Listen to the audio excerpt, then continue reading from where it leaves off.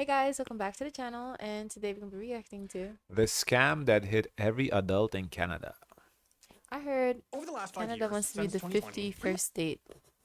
What? Yeah, it was brought up again. I'm so confused. Would they want? Yeah, Trump said they want to. Trump said that, yeah, right. much every graph you can think of has looked weird. Oil prices briefly went negative, and then they skyrocketed. Public transit use has fallen off a cliff. People have been spending a lot more on restaurants and buying a lot more stuff online. Everyone became an alcoholic. People started murdering a little more and stealing a lot less, and then stealing a lot more, and then stealing a lot less. But the graph I want to talk about today is this one. Americans and Canadians have been getting scammed like crazy. And with each passing year, we've been getting scammed more.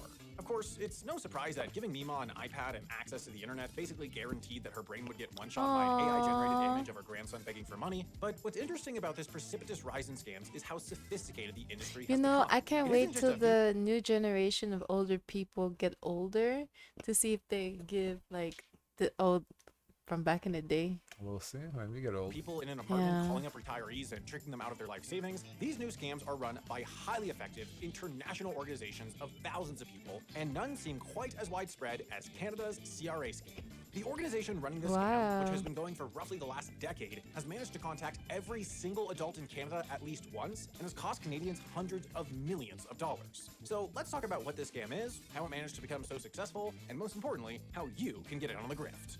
Sorry, What? lawyers told me I had to lose at last point. Well, I guess we'll focus on the first two. So, on the surface, the CRA scam is about as simple as scams come. Let me set the scene. You get home to your igloo after a long day of maple and syrup, or whatever is the Canadian stew all day, and you see a message on your answering machine from the Canada Revenue Agency. In most cases, this message will be listed as coming from the actual CRA phone number. Of course, it's not, but making this is a matter of watching like a 3-minute YouTube tutorial. In the most common version of the scam, the message on the phone will inform you that there's a warrant out for your arrest due to unpaid taxes, and given that most people are only like 60% sure that they paid their taxes correctly, but 100% sure that they don't want to go to prison, this can sound somewhat plausible, at least in the moment. They'll give you a number to call back, and if you do, a supposed CRA agent will confirm that it's true, but that's good news. You can stay out of prison by paying those taxes right now. Having pulled up your address while you respond, they'll But so, the title, the scam that hit every adult. So every single person got scammed. I do not believe that everybody fell for the scam. Like at least one person in the whole country went to Google, found the actual number, and called it back. Or they've probably been exposed to the scam. Yeah, like I don't. Because I receive all kinds of scams too. No, yeah, but you just whatever. But it doesn't mean I fall for it. Yeah. I think the title is a little I do not believe every single person fell for this. then direct you to a nearby bank to withdraw some ludicrous sum of money, which you'll then send via courier to another address This in is Canada. In the earlier absurd. version of this scam, they had you deposit the money into a Bitcoin ATM, but Canada started sticking signs on those machines to tell people that the Canadian government does not, in fact, accept Bitcoin as payment, and that Bitcoin should only be used for buying illegal drugs and doing money laundering. So once you've mailed your money to that address, which unbeknownst to you is most likely someone's apartment, the scam is over, at least for you. Thank you for participating in the scam. But Now, this all this sounds address, that's so interesting. What address did they use it at?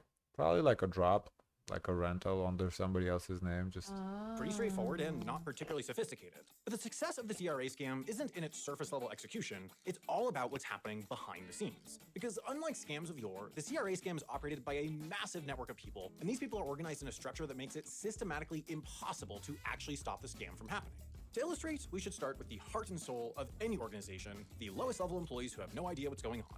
In the CRA scam, these are the money mules. Remember how, when you got scammed a minute ago, you mailed your money to a random address somewhere else in Canada? This was the house or apartment of a money mule, a person whose job it is to receive your money and hand it off to someone else in the organization. Now, of course, as soon as you realize that the Canada Revenue Agency doesn't operate out of a single studio apartment in Ottawa, you'll probably send this address a second lovely package, the police. But when the police arrive, there's a very good chance that your money mule will be just as surprised as you were. In the most effective version of the CRA scam, this person doesn't even know what the scam is, let alone that they're participating in it. In many instances, they're just a student from India who believes that they've taken a part-time job moving money from Canadian customers to some legitimate business in India. When the police finally do show up, this person doesn't know anything about who they're actually sending money to, and that money is already gone.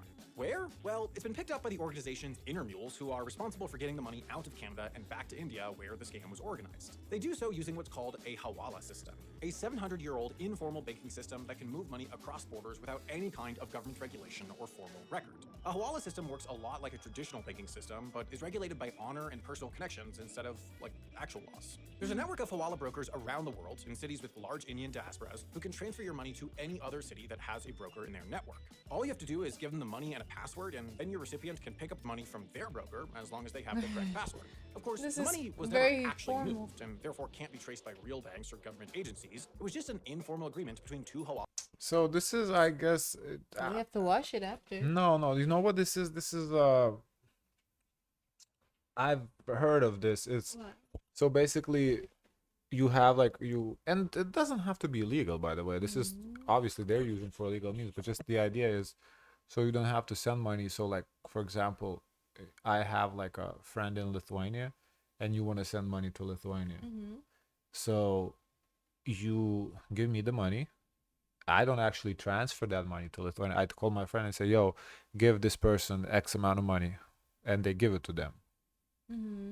And then I figure out how to get my friend money back. But because we're in the same organization, it's just we put it in the same pot, I guess, from which we can draw at in the future. So it's just, you know, That's a lot of trust. it's an organization, right? It's a company that does that. It's not one. It's definitely either organization or if it's criminal, it's organized crime that does that. But yeah, the idea is you don't like the serial numbers of $100 bills. Let's say you gave it to me, they're not going to be the same serial numbers on the $100 in Lithuania. It's going to be different.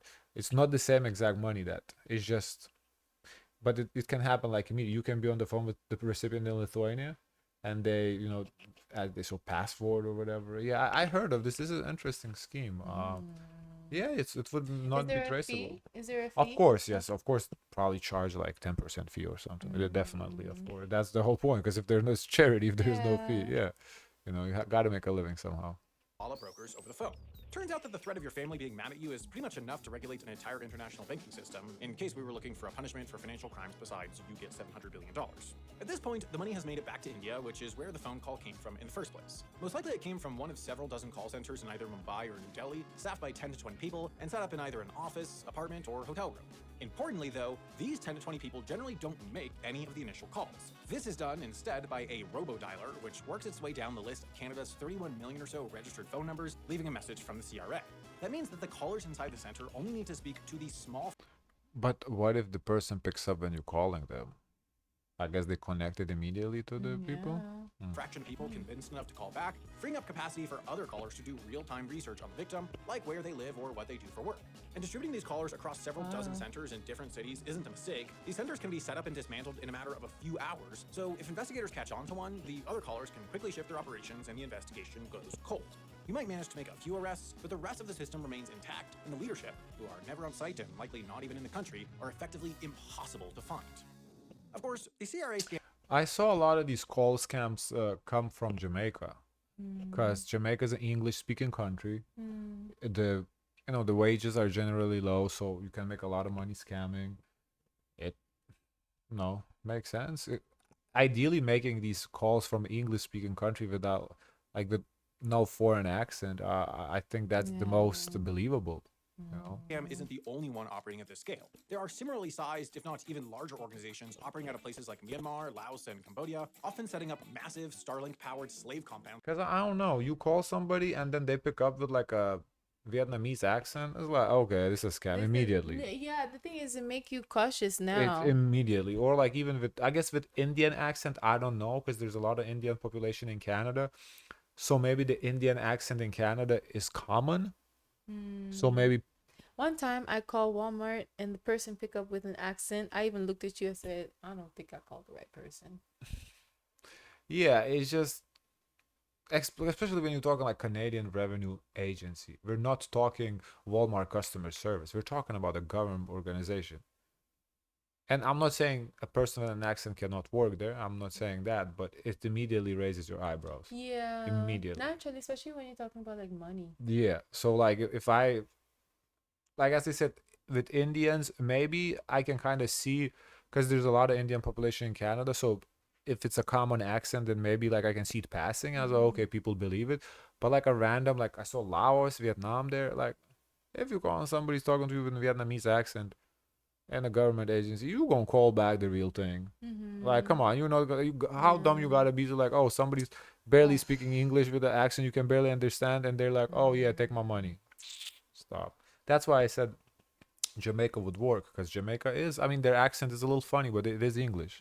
Maybe if they work on their accent to sound more American, to defraud the Western world with only the efficiency that Elon Musk could manage. As these organizations grow larger and get increasingly sophisticated, their tools for targeting victims also get more effective. They've started, for example, purchasing contact data, like your phone number, email, and home address, directly from data brokers who can legally scrape that stuff from the internet and sell it to scammers for profit. This is why I've started using this video sponsor, Incogni. Incogni works in that pretty interesting. Nice transition, but once again, I didn't really answer the question. Did every single adult get hit? I don't think so. Because I really thought this was going to be something more sophisticated. That this is like, this is just a plain old scam. This is nothing special. I don't believe every single adult got hit by this. But let's see these comments. My reaction to those scams is always, if there's really something, I'll eventually get a letter or visit by the officials, then I'll settle explaining it. Otherwise, the scam works every time. Yeah, I don't pick up no phone calls. I don't call nobody back. If anybody needs me, they can text me. If it's a phone call, it's a scam. Unless it's like it's entered in my phone book, the people I know. But if it's a stranger, ain't no stranger calling me. One time they hack a realtor's data, and she sent a text to her clients. Oh my God, I'm kidnapped. Can you help me send a wire? Yeah, if my realtor is kidnapped, they're staying kidnapped. Oh, I am I not said, texting. why are you contacting I'm not me? texting to my realtor. Fuck, what are we? Like, You don't have like family before me, like yeah, realtor. me. What the fuck is But this? some people do feel like they have like special connections with people. I have no connection with nobody. As a Canadian, after checking the block stuff on my phone, auto blocks for me. Yep, there it is. Huh? What? I don't know. Maybe the number? I haven't seen this scam, the Nigerian prince. I miss my Nigerian prince friend. I don't see He was those so much more anymore. polite. Yeah. Well, Nigeria also a good place to scam for, because English speaking. Yeah, that was like such a 2000s scam. Now Oh my they God, that's say- like the earliest scam. Yeah, now they say you have parking ticket, pay your tolls. Yeah, tolls, like dumbass shit. Yeah. But I think those micro scams work, because like the toll, what, $10? Yeah, People it's don't think, always something people don't small. think twice because of $10. When they ask you to pay 20,000, okay, you become cautious. But when it's $10, a lot of people can afford to lose $10. I'm not saying everybody can, but some people can afford to lose 10. So they're just like, they don't worry about it. Whatever, I'll just pay. And then you lose $10, but also they probably take your credit card info, so still that. But you want to know something? Like older people. I have my friend who's older. And she had a bill of like $20 to be paid, and she was like, oh no, let me take care of this immediately. This is not something that she's gonna let sit around and she'll deal with it later. She immediately pick up the phone, call, and tries to pay on the phone. Luckily she was contacting the right person because this was for the hospital. But overall it's just that culture for that generation, they want to handle things immediately. So once they get a notice of that, their natural response is to resolve this now, not delay it like the later generation. It was like, oh, it's whatever, they'll contact me. I got the scam pretty early on, accusing me of owing taxes to the IRS. As I'm Canadian, I have never been to the States. I rolled my eyes and blocked the number. Yeah. Yeah, I mean, I don't know, so to the IRS.